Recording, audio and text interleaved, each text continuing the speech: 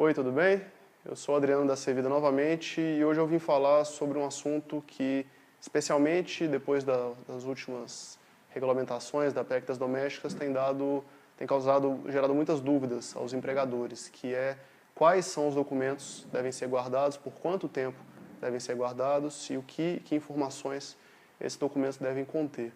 A primeira informação que eu gostaria de passar para você, empregador doméstico, é que a sua documentação tem que conter alguns detalhes que não eram necessários antes das últimas mudanças na legislação, na regulamentação da PEC, e essa documentação tem que ser guardada numa certa ordem. E se ela não estiver organizada, dificilmente ela vai servir se houver demanda para apresentá-la. E quando eu digo demanda para apresentá-la, geralmente é para questões em juízo. Então é muito relevante que essa documentação esteja disponível e organizada. Okay? Eu vou falar um pouco sobre cada documento e com essas informações é bastante provável que se você precisar disso, esses papéis vão te ajudar, vão servir para comprovar para os fins legais para que podem ser exigidos. Bom, os documentos mensais que têm que ser guardados pelo empregador são o contra-cheque mensal do funcionário, o recibo de vale-transporte, discriminando quantos dias a pessoa recebeu, qual o valor de cada dia, se ele for pago em dinheiro, e o vale-alimentação, se for o caso. Para empregados domésticos, geralmente, a alimentação é fornecida na residência. Isso tem que estar especificado no contrato de trabalho ou na convenção coletiva da categoria, se for o caso. Para o contra-cheque, tem dois comentários que são importantes. Ele precisa, depois a partir da PEC das domésticas, discriminar detalhadamente que verbas estão sendo pagas, então, salário, descontos de INSS, descontos de vale-transporte, se for o caso, horas extras, adicional noturno, hora noturna reduzida, enfim, tudo que é devido em função da nova legislação. E um detalhe importante que passou a valer agora com a implementação do FGTS para as domésticas é que o contra-cheque precisa discriminar a base de cálculo do FGTS.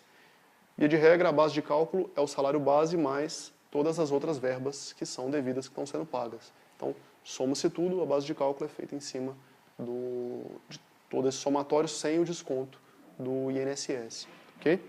Então, mensalmente, a família precisa arquivar com a assinatura do funcionário e, se possível, se for feito por transferência bancária, com o comprovante da transferência. Contra-cheque, vale alimentação, se for o caso, e vale transporte. Arquiva-se isso mensalmente, com a assinatura do funcionário e os comprovantes de depósito. E, em caso de pedido de férias, pedido de demissão, qualquer tipo de comunicado, atestado médico, arquiva-se junto, em ordem cronológica. Então, começa janeiro, fevereiro, março e daí por diante. Se a pessoa tirar férias, o contra-cheque de férias é pago diferente dos demais, ele é pago adiantado, então ele entra para compor aquele mês que o contra-cheque normal vai estar faltando. Né? E no final do ano, quando for pago o 13º em uma ou duas parcelas, como for acordado, dentro dos prazos legais, arquiva-se também o 13º. Então fechou-se o ano de janeiro até dezembro, com toda essa sequência cronológica. Minha sugestão, guarda isso no envelope e coloque esse envelope numa pasta que fica disponível apenas ao empregador. Passe as cópias do funcionário, obviamente, mas guarde as suas vias no local em que somente o empregador tem acesso. É importante observar o seguinte, que algumas famílias não, quase todas as famílias, não gostam de guardar papel por muito tempo, mas alguns documentos têm prazos legais para serem guardados. O contrato de trabalho do funcionário, se houver, o doméstico não é obrigatório, mas se houver, ele é um documento que deve ser guardado por tempo indeterminado. As guias de INSS eram obrigatórias serem guardadas por 10 anos, embora bastante recomendável guardar essas guias por tempo indeterminado, porque se eventualmente for necessário comprovar para tempo de recolhimento, são coisas que demoram às vezes uma vida para serem solicitadas, para serem demandadas, é importante que esses comprovantes estejam disponíveis.